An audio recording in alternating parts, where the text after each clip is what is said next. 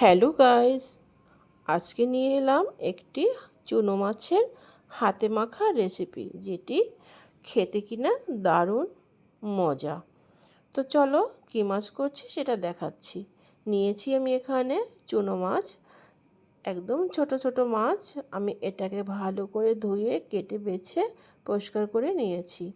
তারপরে জল ঝরিয়ে নিয়ে নিলাম একটু হলুদ আর নুন, একটু লঙ্কা বাটা, দিয়ে দেবো কিছুটা ধনিয়া পাতা, পেঁয়াজ কুচি আর টমেটো কুচি। এবারে এটাকে আমি বেশ খানিকটা সর্ষের তেল দিয়ে হাতে খুব সুন্দর করে মাখিয়ে নেব। তবে হ্যাঁ, এটা কিন্তু আলতো হাতেই মাখাতে হবে, যেহেতু এটা ছোটো মাছ, ভেঙে যেতে পারে।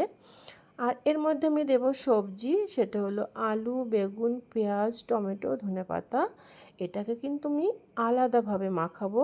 মাছের সাথে মাখালে কি হবে, এটা ভেঙে যাবে।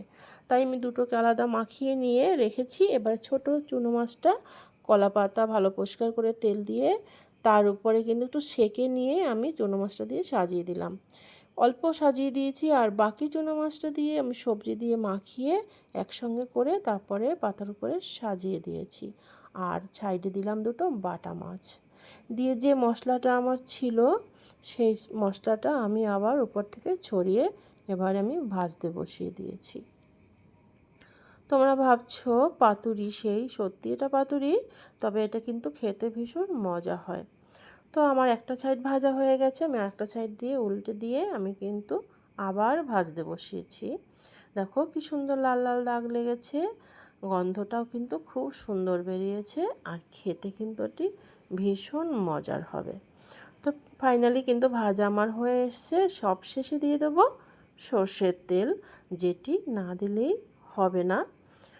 এই তেলটার জন্য কিন্তু অনেক অনেক গুণ স্বাদ বেড়ে যায়। তো নতুন যদি কোনো বন্ধু হয়ে থাকো, সে আমার চ্যানেলটিকে সাবস্ক্রাইব করে আমার পাশে থেকো। পুরনো বন্ধু হয়ে যেও, আর যারা পুরনো বন্ধু আছো তারাও আমার ভিডিওটি দেখো। আর যারা এই মুহূর্তে তারা দেখছো, তাদেরকে অনেক অনেক ধন্যবাদ। আর সবাই ভালো থেকো, টাটা।